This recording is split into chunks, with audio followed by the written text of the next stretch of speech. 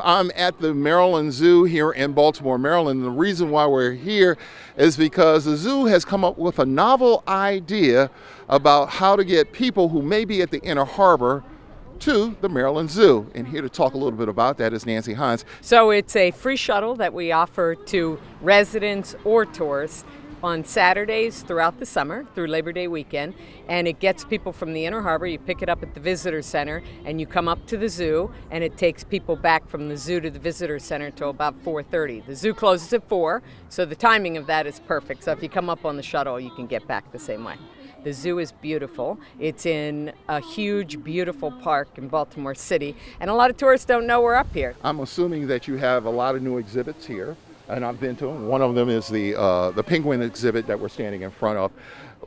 What are some of the comments that you're getting from people who have done this in the past? The penguin exhibit is spectacular, as you can see, and people love to come and watch the penguins swim underwater. They love to watch the waterfall. They love to listen to the keepers do interpretations about the penguins and what they eat. We also have 2 new cheetah. They're brothers that we got from San Diego. Very lively. They love to play. They're out there. Visitors love them. We have the lion exhibit. We have our elephants out. We have a lot of those big animals that people obviously wouldn't normally get an opportunity to see, and we have them right here at the zoo. You're trying to reach out to more people across the state, is that correct? Correct. It's not just Baltimore Zoo, it's Maryland Zoo, and we want people throughout the state of Maryland and surrounding states to come to the Maryland Zoo.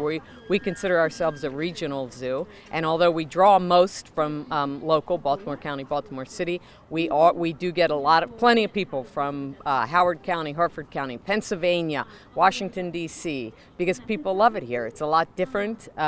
It's 135 acres, all kinds of different animals to see, and it's a great peaceful experience for you to walk around with your family or just come by yourself and walk around for an hour. Now, I don't think any of our viewers were here when it opened 140 years ago. No, probably not. Not yet, anyway. But I'm going to imagine that there's been an evolution, if you will.